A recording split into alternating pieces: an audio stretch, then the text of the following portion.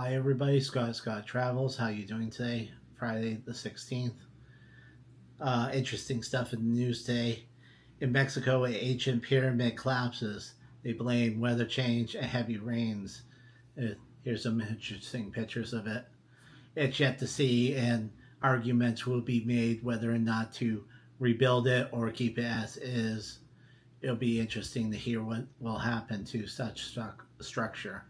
If to keep it, you know, collapsed as part of its history or rebuild it to back to its original state.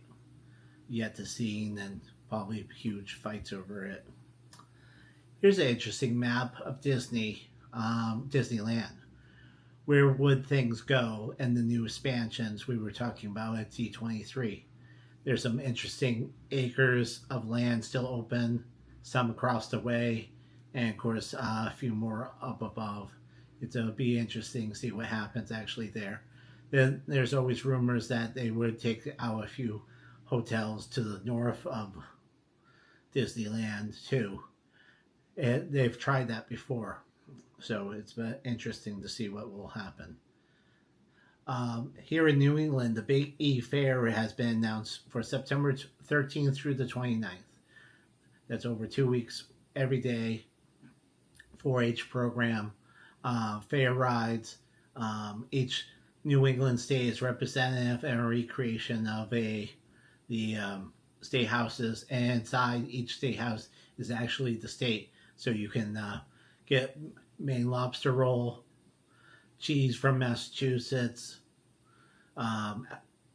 fritters from Rhode Island, and Dell's lemonade from Rhode Island, and they're all, as well as lottery tickets from New Hampshire, and they're legal to buy there because that's considered a state property.